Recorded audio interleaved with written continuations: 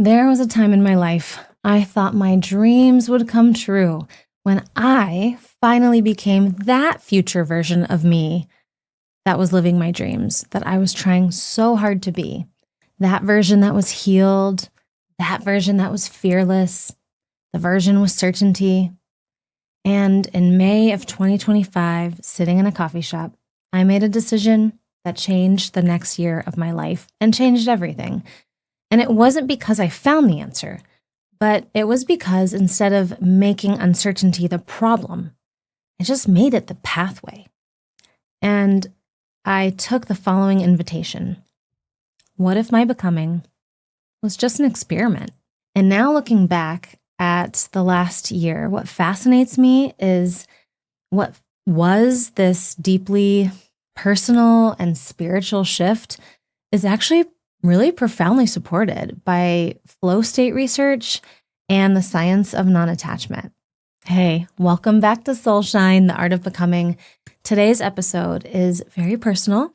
This episode marks the 1-year mark since the beginning of an experiment that changed the way I relate to creativity, to uncertainty, to identity, to purpose, and to life.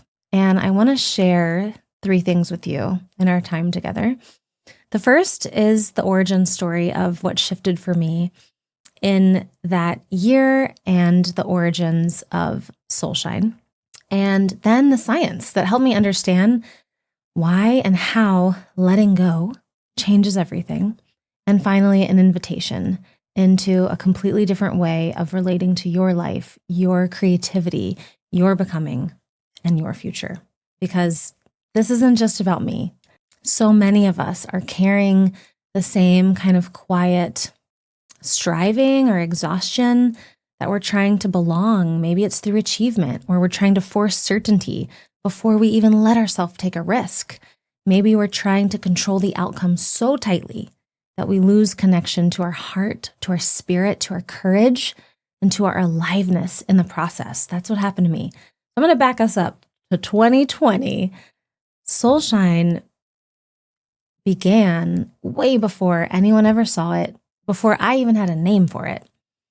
2020, I was emerging from what many know as a dark night of the soul. And on the other side of this fracture, I was learning how to relate to myself, how to relate to others, and to life itself with more compassion, more curiosity, more honesty, and more wonder. And it felt so freeing. And more than that, it just felt like this entirely different way of living and loving and leading and creating was possible. But at the time, I felt like the version that I was impossibly far away from who I wanted to become, who I believed I could be. And there's plenty of times I didn't even believe fully that I could get there. It was like this beautiful dream that maybe it was possible. But there was this quiet whisper that just kept like nudging me, this quiet, just knowing that there was more life available to me than the way I had been living it before, so guarded, that there was more truth, that there was more freedom, that there was more aliveness. And even though I didn't have the evidence for myself yet, thankfully I had seen glimpses of other people living this way, people living in a way that was rooted in the knowing of their worth, that was deeply authentic, that was courageous, and so just fully alive and present. And at that time, I didn't know what any of this would become. I didn't have a roadmap. I didn't have the name of the space. I didn't know how it was going to impact my life or my family's life. It was just a dream for me that I could live this way. It was just a seed, a small hope and belief and faith that it was possible. And I think that we underestimate seeds because they look like nothing at first, but that trust in it, even though it wasn't perfect and even though it wasn't confident all the time, was enough to keep me tending to the seed. And I actually remember for years, I kept having this visual of a bottomless pit, a bottomless pit, and I couldn't see the end of it. But I knew that with every therapy session, with every healer that I went to, with every difficult conversation, with every old belief that I challenged, with every time that I confronted shame or rage, with every time that I could be a little more honest, every time I just imagined myself throwing a handful of dirt into this bottomless pit. I still couldn't see the bottom of it, but I knew that I was throwing in a handful of dirt. No matter how much could fit in my hand, no matter how bottomless it truly was, it just felt right to just believe that I was throwing this dirt into this hole, trusting that one day what felt impossible inside of me could finally hold some ground. And I did this for years, and there were so many moments that I wondered, when is this hole when am I going to see the bottom of this hole? When is anything actually going to change and I can have this beautiful garden of my life that I'm tending to? And honestly, while that was sometimes fun to think about this future version of this beautiful garden, that wasn't even the point of it. It just felt alive to me. It felt healing to me to know that I was contributing to filling up this hole inside of me. It helped me keep going, to feel like I was alive, to confront my rage, to help me forgive, to bring me to the edges of my own possibilities. That in of itself felt like freedom, and it felt like expansion, and it felt like healing.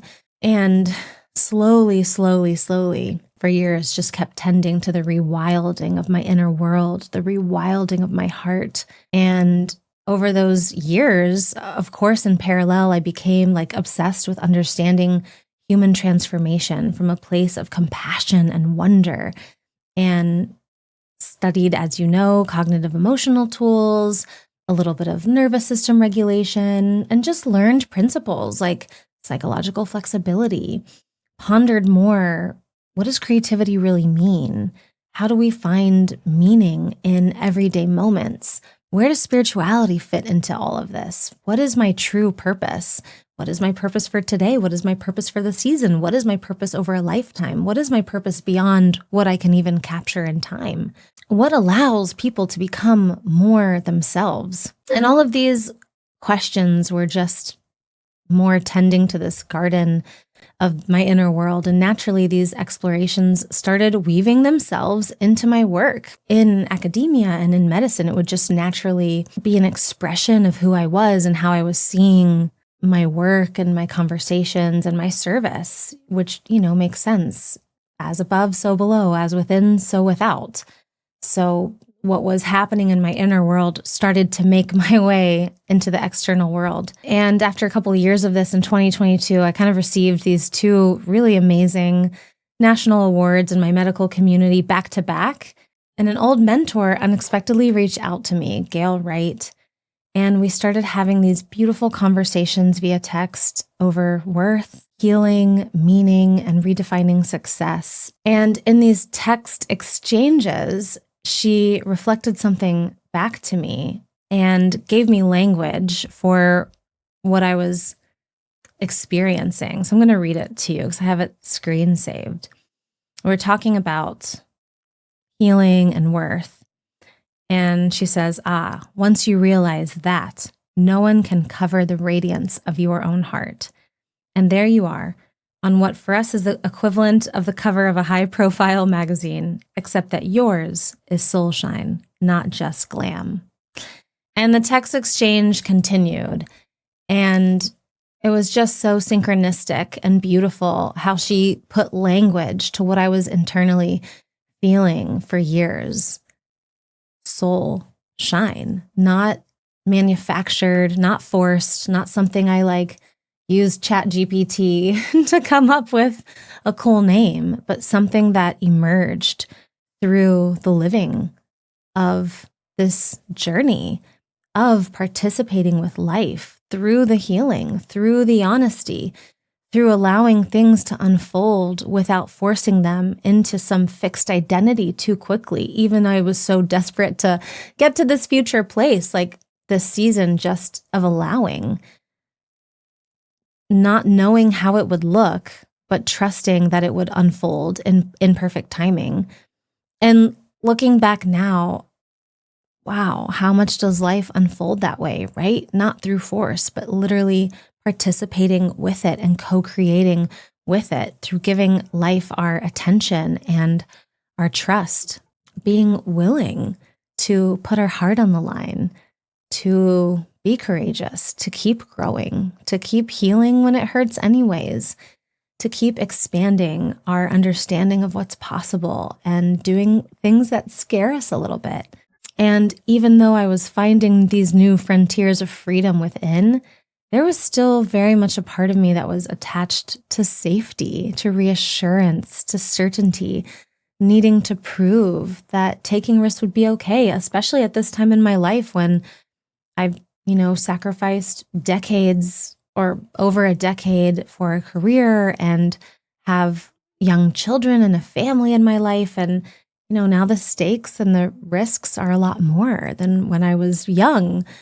And in order to keep pushing the frontiers of more and more freedom, a freedom of expression, freedom of being, of creating, I really went through a season where I needed proof that taking a risk would be okay. And there was so much fear of failure, fear of being fully seen, fear of being misunderstood, fear that I was going to be othered, fear that maybe I wasn't enough to create what I had a vision for. And because all of the fear in 2024, I now had this name to soulSHINE. I had some more clarity of the impact that I had on myself in living these principles and the impact it was having on others. And I was still so tightly held on to safety and attachment and fear. So I tried to bring soulSHINE into the world in a way that just felt acceptable and safe and controlled and strategic. And it didn't work out, thankfully. I criticized myself before anyone else had the chance to, just so life couldn't hurt me. I held back my more spiritual, artistic side. I tried to minimize risk and maximize approval and really create from this contracted energy instead of the aliveness that I had been experiencing for so many years. And I think so many people know that feeling. Maybe it's in the relationship that you want. Maybe it's in a shift in your career that you want. Maybe that's the future that you want. And we grip so tightly because we're terrified that it might never happen that way, or terrified that it could cost us so much if it does. And in that gripping, I disconnected from the very life, from all those years of freedom and expansion. Gripping to safety and being in fear disconnected me from all of the magic that I had just experienced. So I decided to just let go of the future timelines. Like maybe this dream wasn't for me. Maybe after all, this is just a way for me to continue to live, and I should put this soulSHINE to the side for a little bit. And in May of 2025, sitting in a coffee shop, I had taken on an interest in energetics and gotten a new mentor, and she had something called the experiment going on that summer. And I decided I loved that framework of treating life as an experiment, treating my becoming as an experiment, and putting that dream, the well-curated vision that I had, to the side, and just allowing this to be an experiment for me, allowing the change to change me. And instead of asking myself, like, how am I going to guarantee others are going to transform from this or get meaning from it? How am I going to guarantee that people are going to accept it or that this works? All of that was to the side and let it all go. And instead, I just asked myself, what would make me feel alive in this moment? What would make me feel that if my life was one big experiment, what do I want to be experiencing from this? And the answer that came forward was art, was living life as if it were a work of art. That's it. That is the experiment that I chose. And that opened up so much for me. What if then creating poems? What if interesting conversations? What if expressions of self was all simply creating art?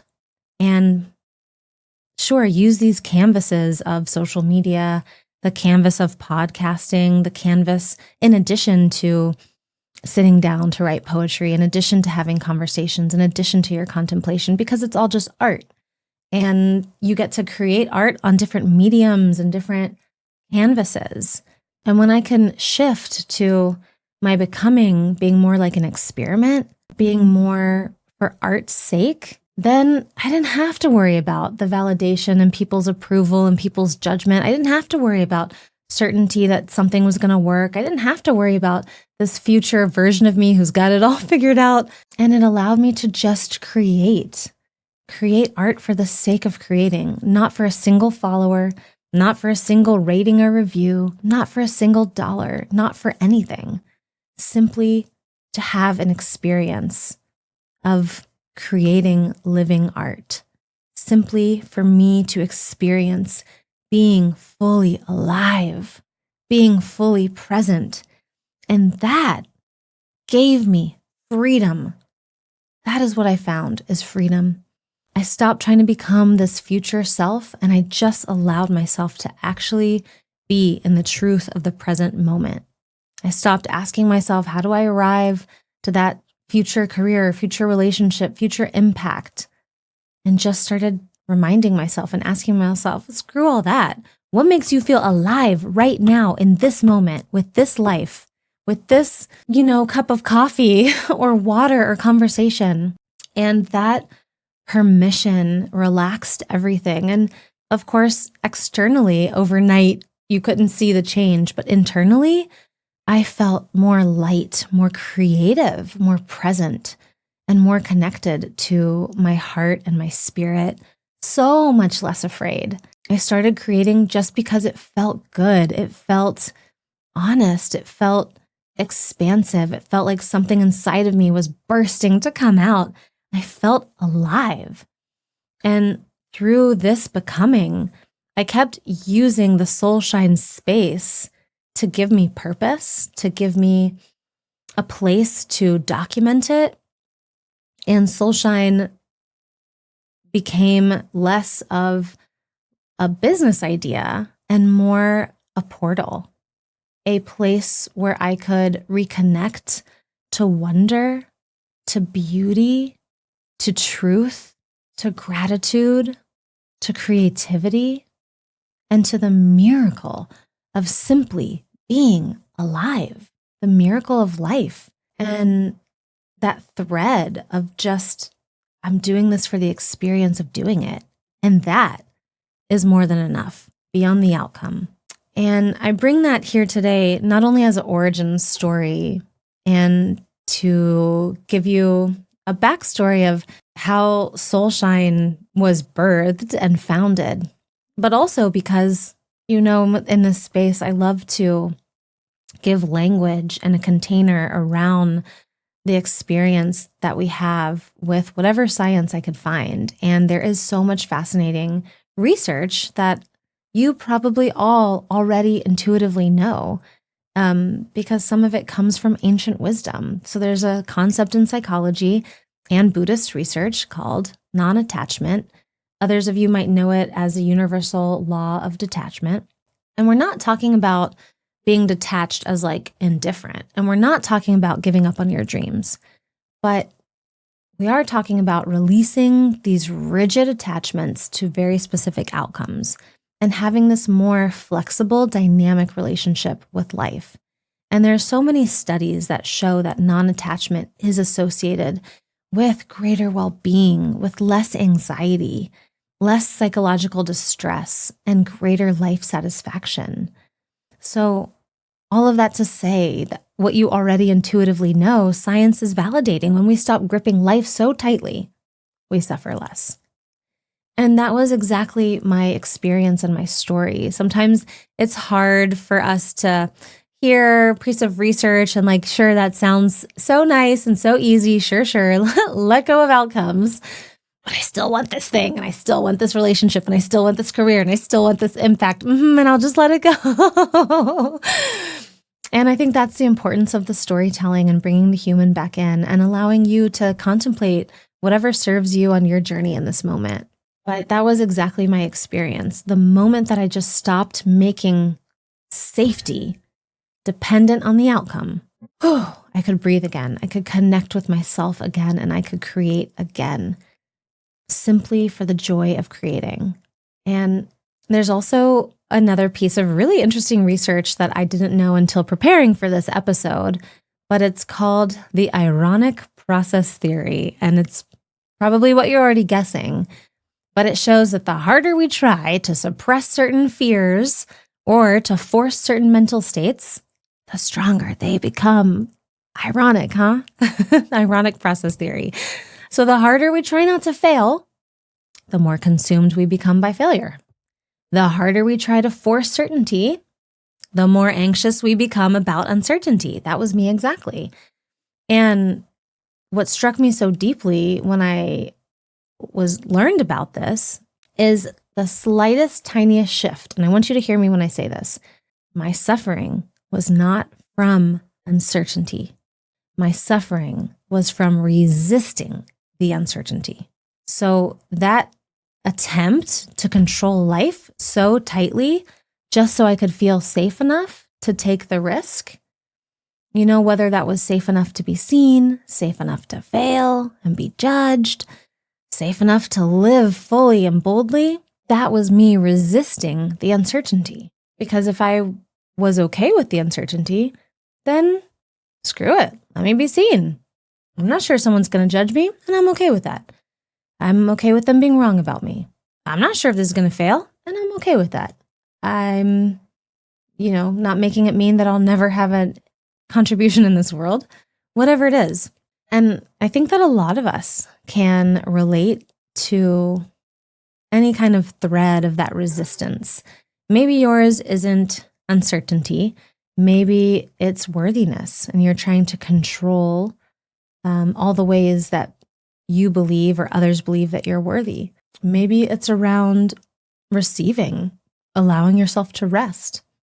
Maybe your resistance is around being successful enough to deserve joy.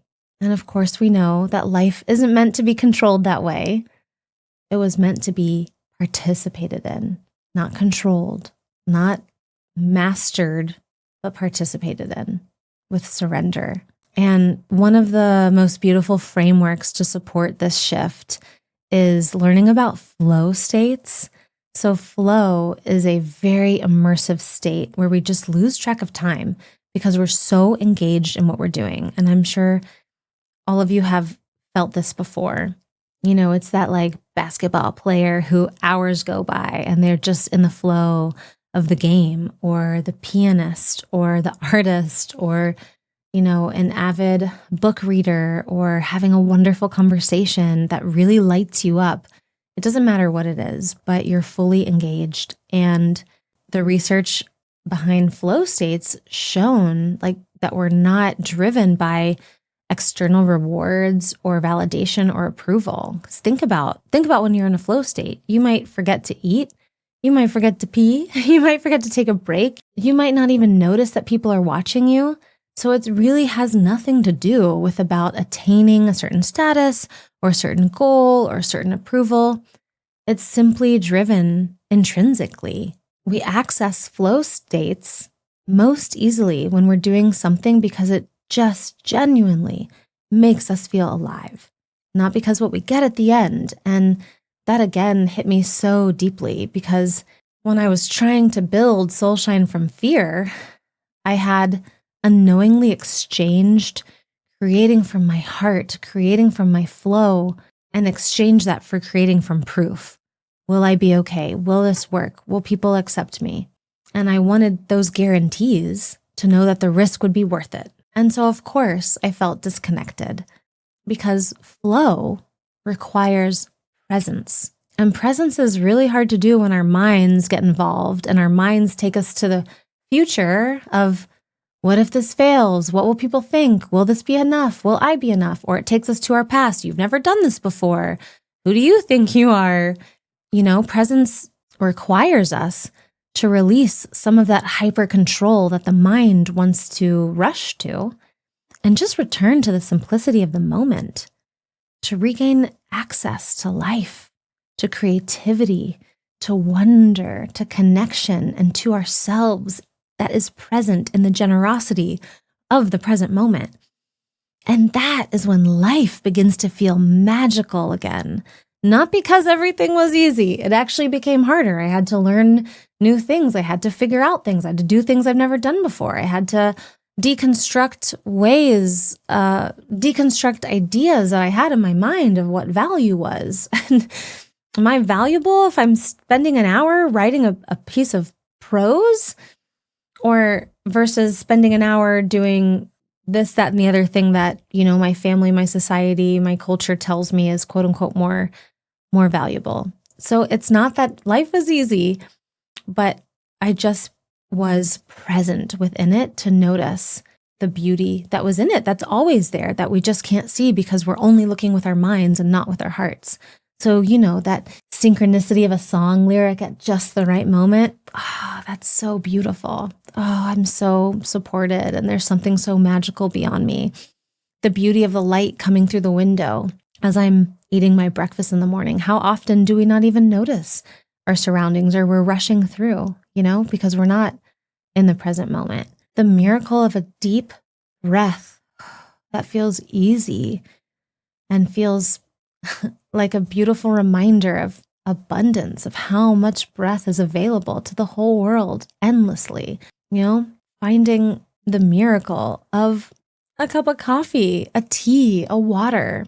How is this moment a moment I'll never have back? What does this feel like? Can I feel the warmth in my hands? Can I taste it on my tongue? Can I be fully present with the gift that this is when so many people around the world might not have this? How can I fully honor this moment of clean water or a warm drink?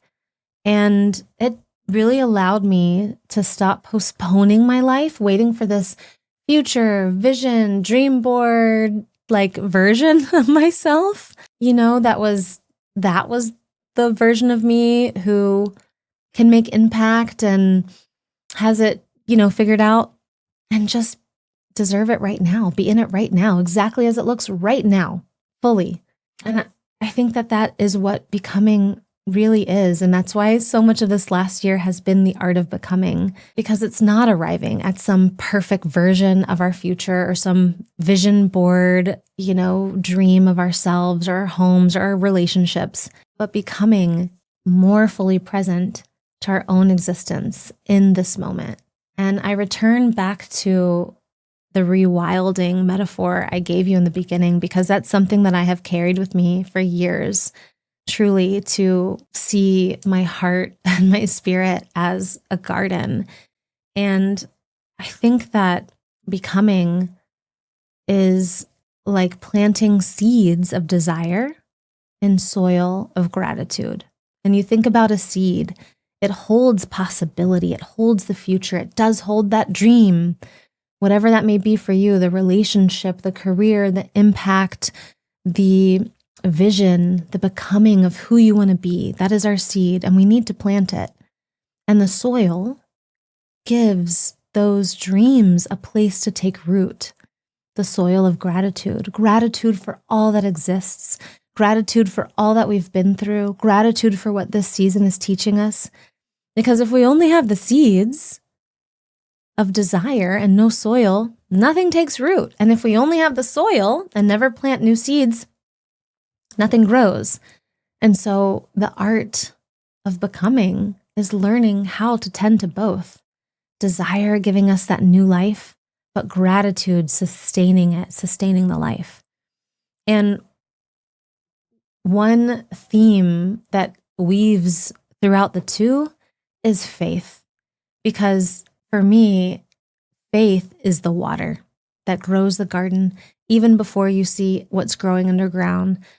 How do you know something's going to pop up? You don't. You don't know. You don't have proof, just like I didn't have proof. You can't see it, But I have to trust that I'm watering it. I have to trust that I planted it. I have to trust that my soil is good, trust that my desire is true and worthy of me and desires me back. Trust that my soil is fertile with gratitude for all that I have and full presence of my life.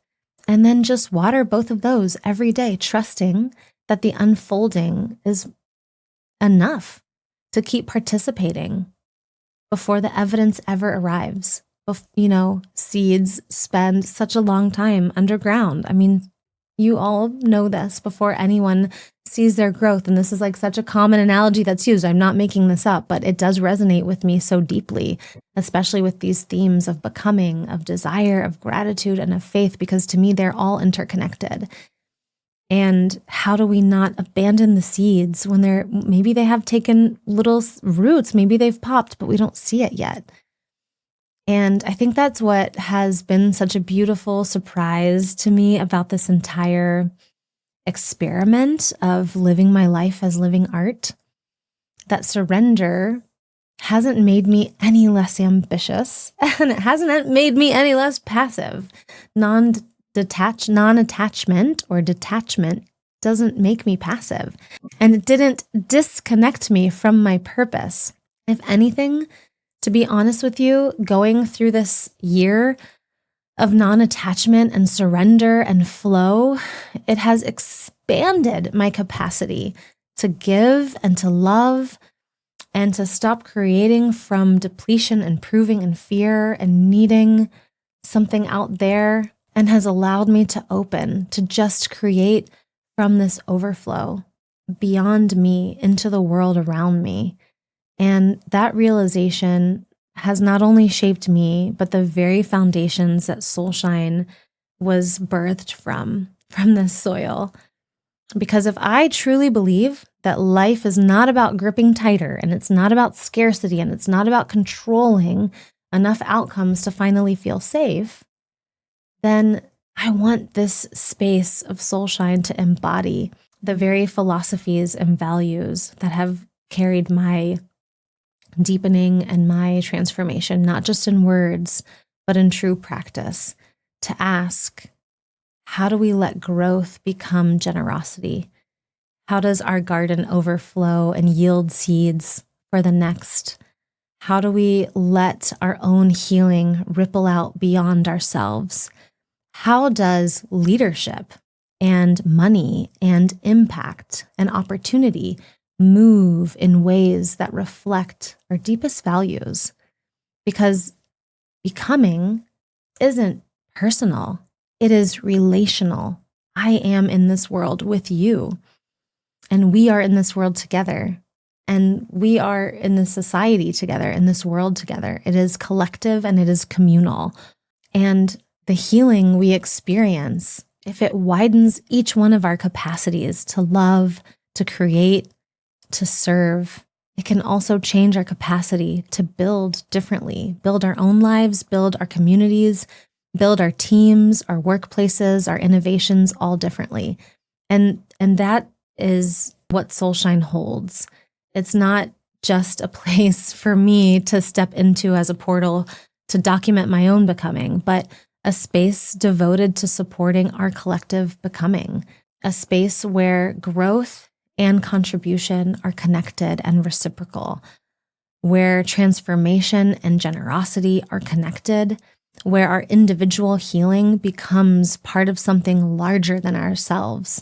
And I'm going to share more specifically about that vision in a future episode, including the global organizations that soulSHINE will be supporting. But I just wanted to reflect on this 1-year anniversary, take a moment with you. I don't often tell personal stories, but I wanted to bring it to this space because I felt it was important to celebrate becoming itself, not just celebrate and show you my few years of my own journey, and not just show you soulSHINE's foundation, but to go even more global and celebrate becoming itself, to take a moment and honor your unseen seasons, your experimentation, the courage to keep creating without the guarantees, the willingness to keep saying yes to life, even in uncertainty. And if this episode is resonating with you, I would love for us to continue this journey together. As an anniversary gift to the community, I have this free 10-minute activation on self-trust where you invite all the parts of yourself, because without self-acceptance, I don't think we can build self-trust. And you'll find it at soulshine.global/podcast gift. It's all one word and it'll be in the show notes. And I believe that's one of the key ingredients in your becoming, is that relation to all the parts of yourself, to accepting them and to trusting them that they have information for you, for your highest and greatest good. What began as a deeply personal experiment has evolved into a space and a container for others, a place to contemplate purpose, power, identity, emotional freedom, and creation together in a meaningful way. Because after all of these years of contemplating and studying transformation and human potential, I don't want to just talk about becoming. I want to create and co-create with you spaces where people can actually experience it. And I am so proud that this season of surrender and experimentation evolved into something bigger than my own becoming, a space, a practice, a portal for others exploring their own becoming. I created a signature program called Awaken, and it's a 12-week journey of the very foundational frameworks and tools that I used myself over those many years and studied and coached other people on. And it's themed on purpose, power, and creation. It pulls in the principles that have transformed my life over these last several years, which are things like psychological flexibility and self-trust, nervous system safety, identity expansion, creativity, purpose, and learning how to create from empowerment instead of from fear.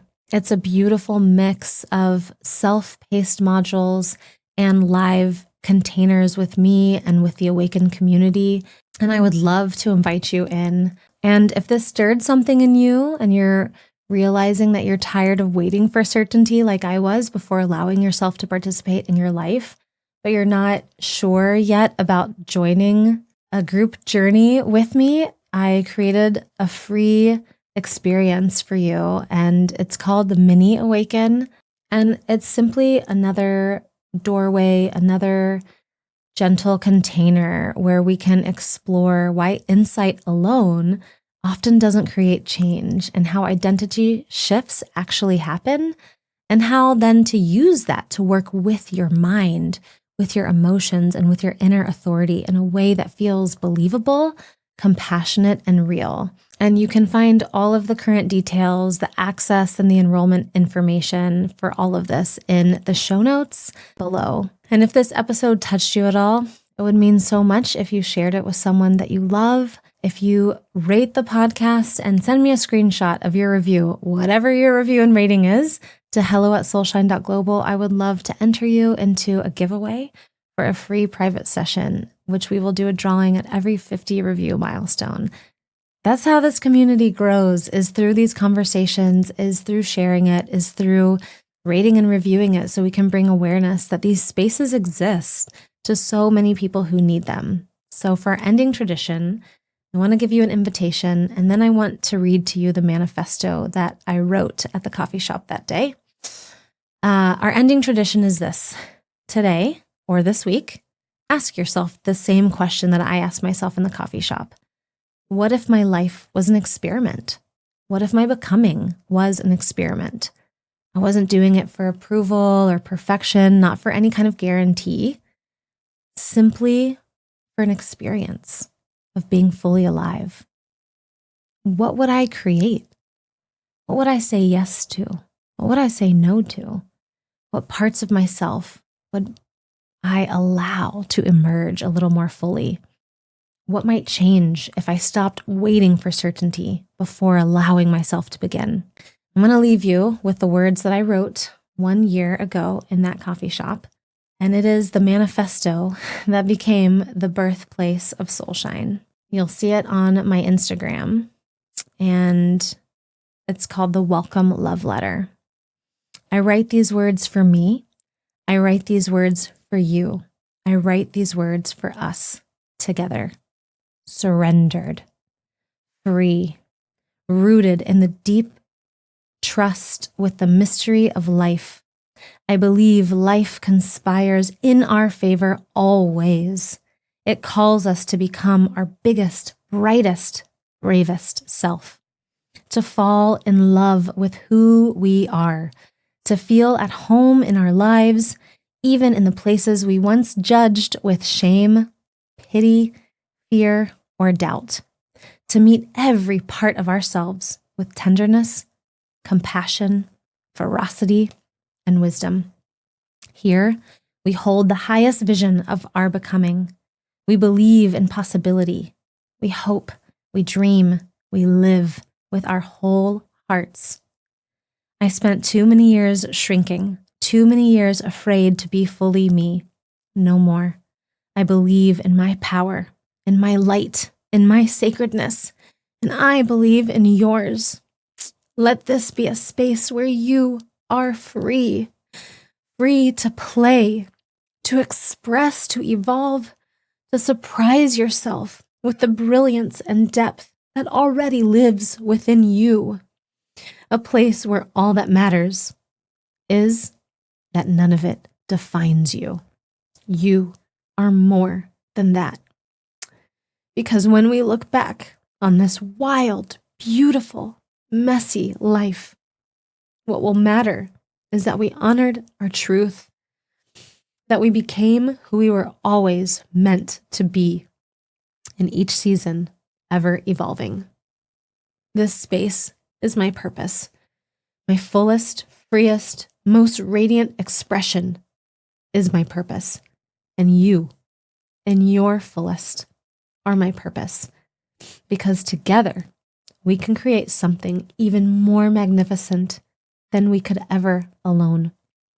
Together, we remember the truth of who we are.